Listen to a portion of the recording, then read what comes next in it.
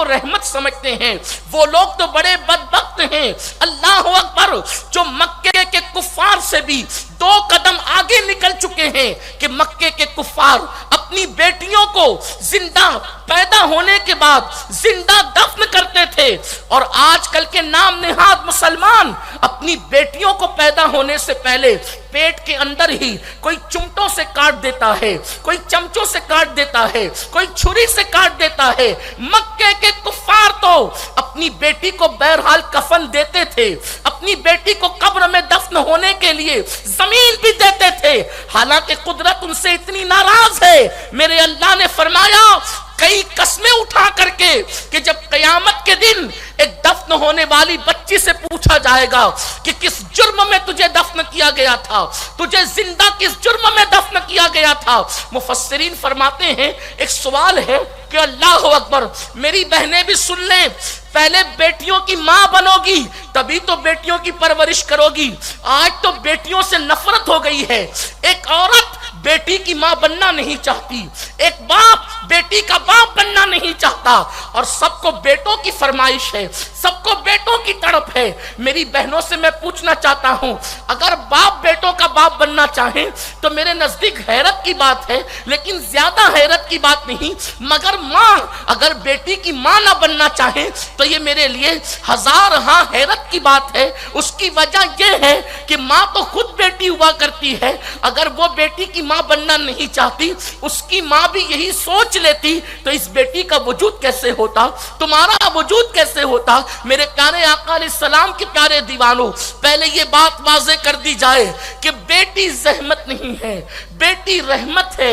میرے پیارے آقا علیہ السلام کے پیارے دیوانوں، اللہ اکبر، آپ اندازہ تو فرمائیں، مکے کے کفار بیٹیوں کو پیدا ہونے کے بعد دفن کرتے تھے۔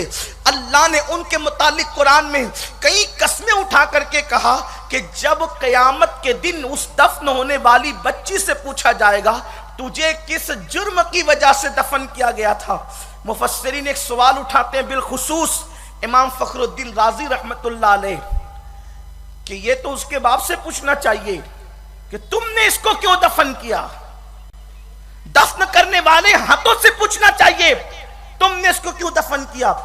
کوئی شخص جرم کر کے آتا ہے تو آپ کس سے پوچھتے ہیں، ظالم سے پوچھتے ہیں کہ مظلوم سے کہ تمہیں کیوں مارا گیا، نہیں بلکہ تو نے کیوں مارا۔ لیکن یہاں پر بظاہر اس کے باپ سے نہیں پوچھا جا رہا ہے، دفن کرنے والی ماں سے نہیں پوچھا جا رہا ہے، بلکہ اللہ فرماتے قیامت کے دن اس بچی سے پوچھا جائے گا۔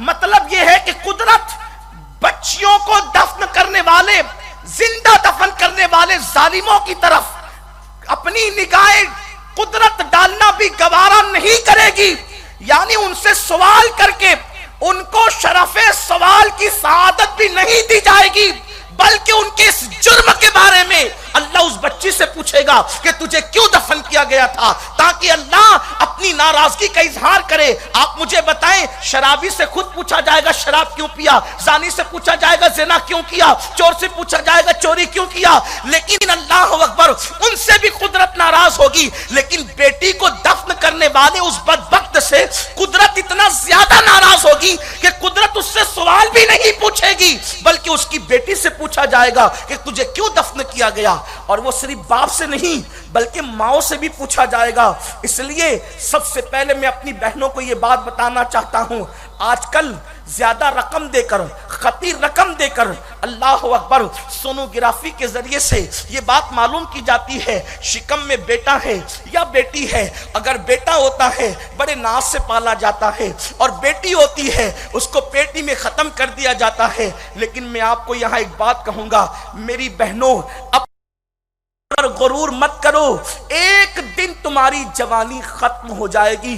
ہم نے تو بیٹوں کو دھوکہ دیتے ہوئے دیکھا ہے کہ وہ بوڑھی ماں کو گھر سے نکال کر اولڈ ہاؤس تک پہنچانے بھی نہیں جاتا، لیکن یہ بیٹی ہی ہوتی ہے۔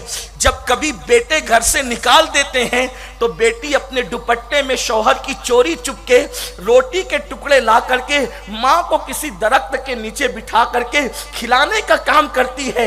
اے خاتون جنت کی کنیزوں، تم نے بیٹی کی محبت کو محسوس نہ کیا، جس طریقے سے ماں کی محبت بے لوث ہوتی ہے ویسے بیٹی کی محبت بھی بے لوث ہوتی ہے۔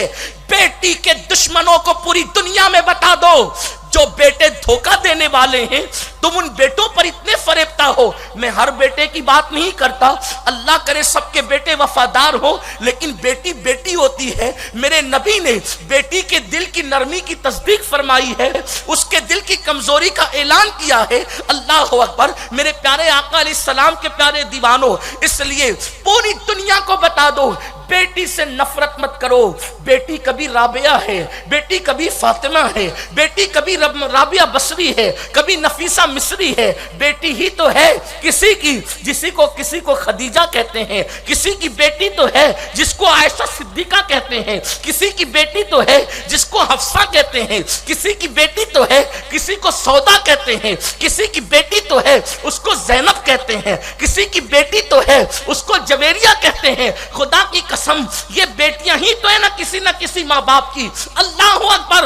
اسلام کی وہ قابل فخر خواتین جس پر قیامت تک اسلام کی تاریخ ناز کرتی رہے گی، وہ بیٹیوں کی تاریخ بھی تو ہے۔ اللہ اکبر۔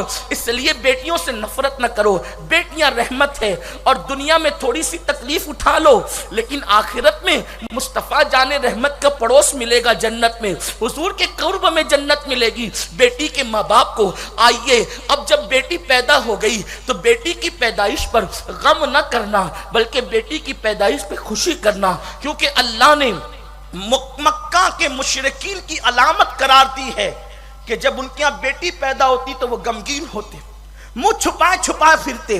یاد رکھیں لوگ یہ سوچتے ہیں کہ بیٹی کو کھلائے گا کون؟ جو خدا تجھے کھلاتا ہے وہ اس کو بھی کھلائے گا۔ بیٹی کی شادی کا انتظام کرے گا کون؟ جو اللہ سب کے انتظامات فرماتا ہے وہ مسبب الاسباب اس کا بھی انتظام کرے گا۔ سب سے پہلے اپنی فکر کو سنوارو، بیٹی زحمت نہیں، بیٹی رحمت ہے۔ اور یہ میرا قول نہیں یا کسی مولوی کا قول نہیں ہے، یہ مصطفیٰ جان رحمت کا فرمان کہ بیٹی رحمت ہوتی ہے۔